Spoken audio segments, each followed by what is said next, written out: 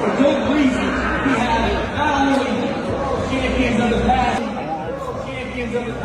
have world champions of the present. Marissa Shields in the building. Jake Paul just got attacked on the streets by Andrew Tate. And honestly, he had it coming. New York was on fire on December 14th, with months of tension finally boiling over. The two didn't plan to meet, they just happened to cross paths. But of course, Jake couldn't help himself, and threw out some next-level absurd insults at Andrew. What happened next was pure chaos, because Andrew said it beforehand.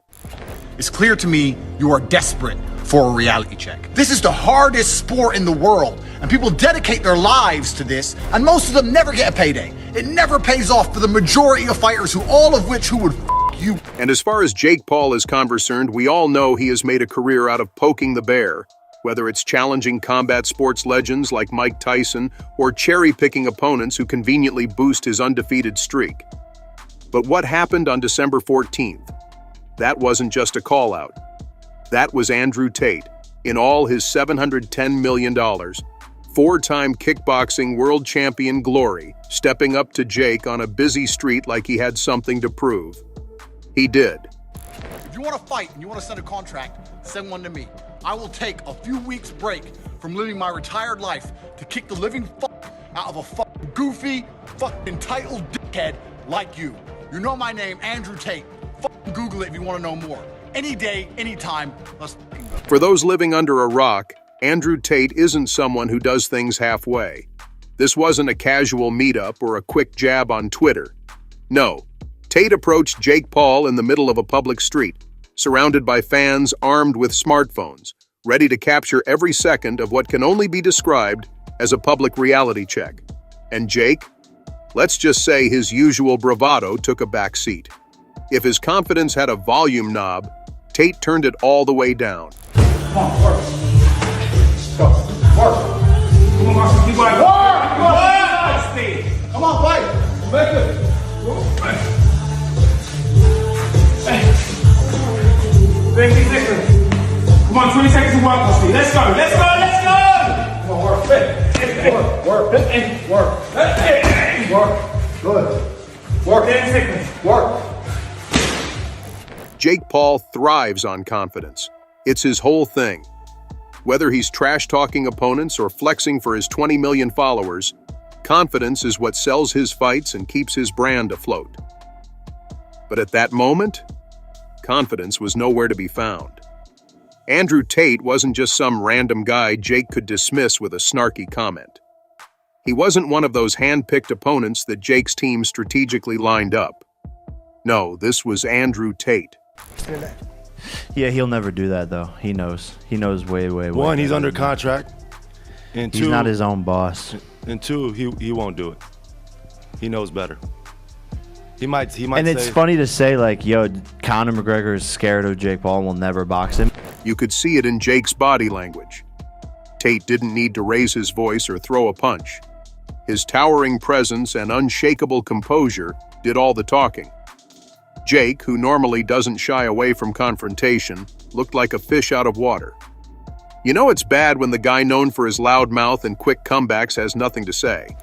I'm one of the lucky ones. I made a little bit of money. I don't have 50 million to bet with you, but I do have 3 million to bet with you. So this is your offer. $3 million.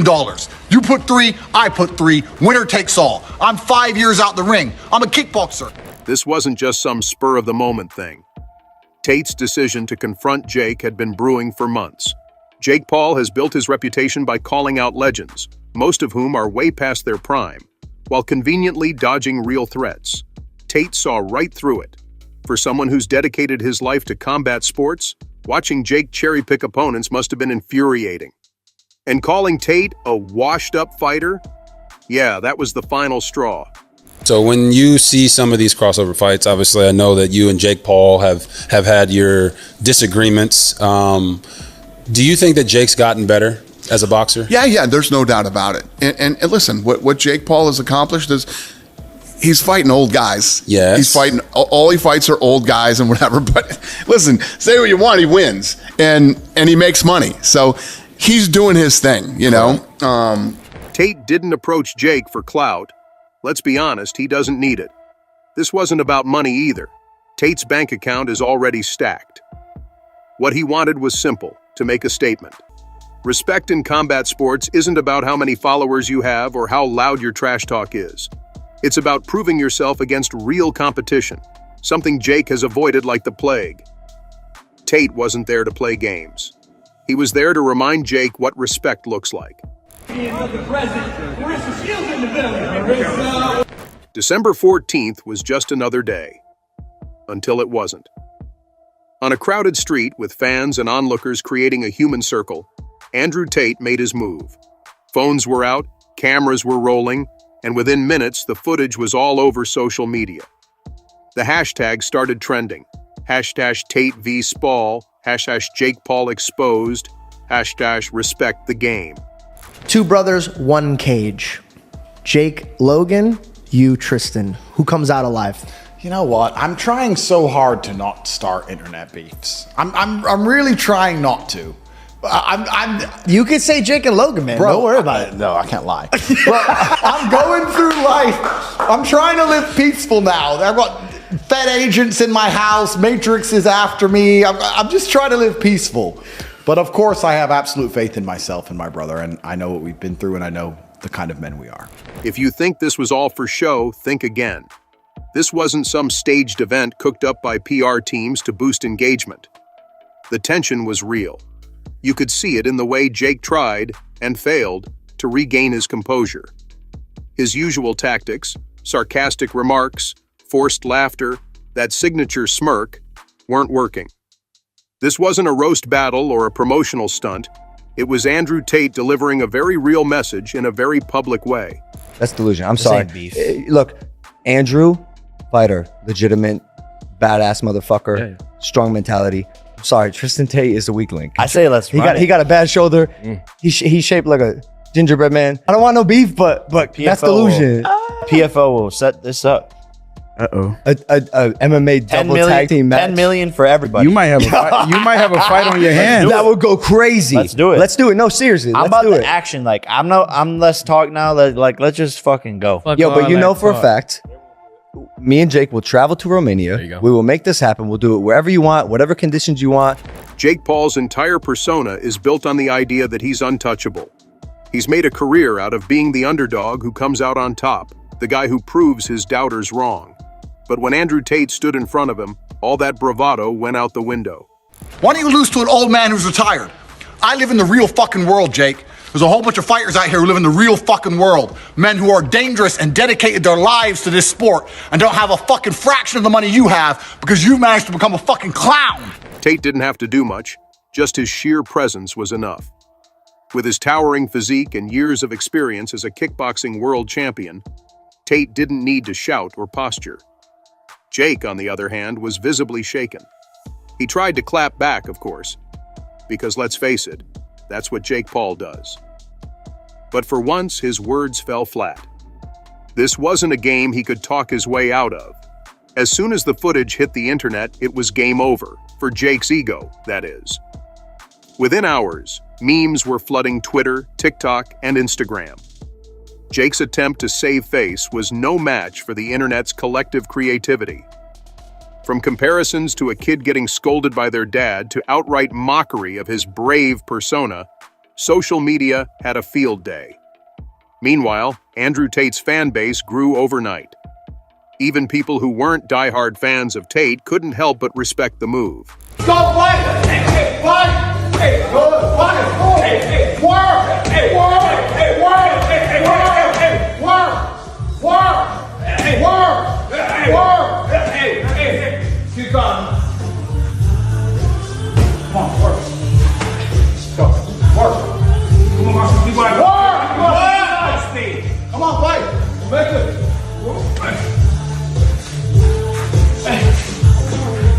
50 seconds. Come on, 20 seconds to walk, Steve. Let's go, let's go, let's go! The debate raged on. Was Tate in the right for calling Jake out so publicly? Or was this just another case of two oversized egos clashing for attention? Regardless of which side you were on, one thing was clear. This wasn't going to blow over anytime soon. You know what? If I made my money impressing 4-year-olds on YouTube and manage to somehow become a multimillionaire from it, I'd probably live in a dream world too.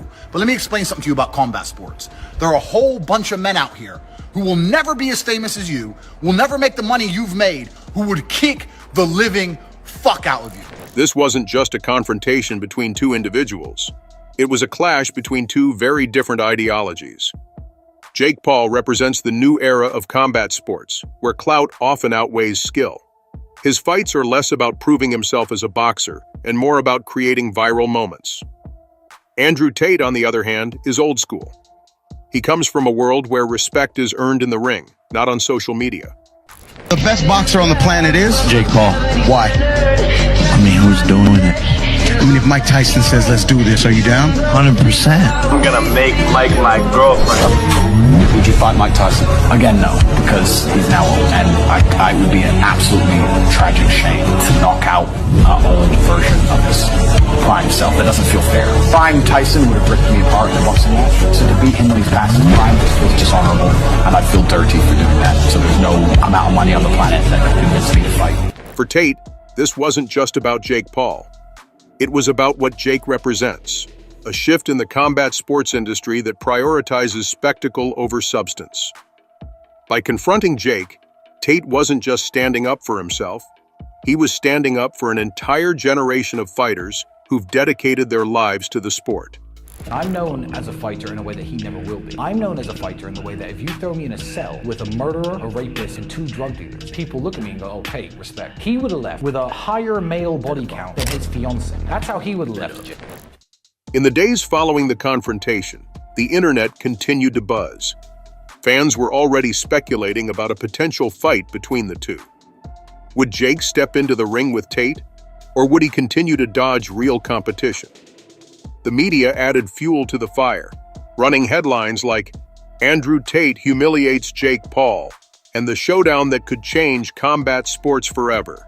Jake Paul can fight. It's not like Jake Paul can't fight. Yeah. Jake Paul just won't fight anybody.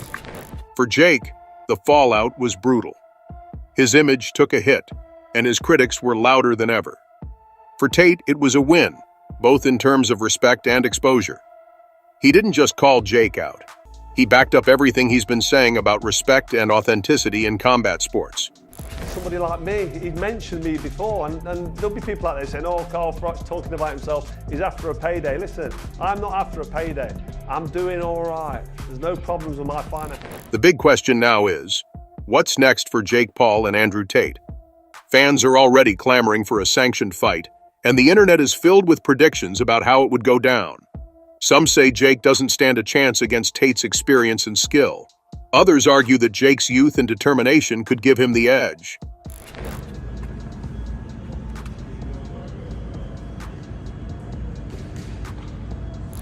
One thing is certain, this rivalry is far from over. Whether it leads to a fight in the ring or just more drama on social media, the world will be watching. For now, all we can do is wait and see how Jake responds. Will he rise to the challenge, or will he continue to play it safe? 2 brothers, 1 cage.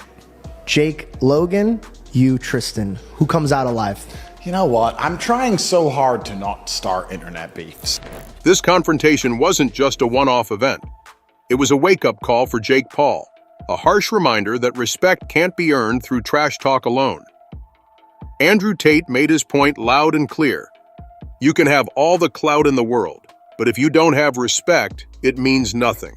Pressing 4-year-olds on YouTube and manage to somehow become a multimillionaire from it, I'd probably live in a dream world too. But let me explain something to you about combat sports. There are a whole bunch of men out here who will never be as famous as you, will never make the money you've made, who would kick the living fuck out of you. For fans, this was more than just entertainment. It was a glimpse into the growing tension between traditional combat sports and the new age of internet-driven spectacles. And for Jake, well, it might just be the reality check he didn't know he needed.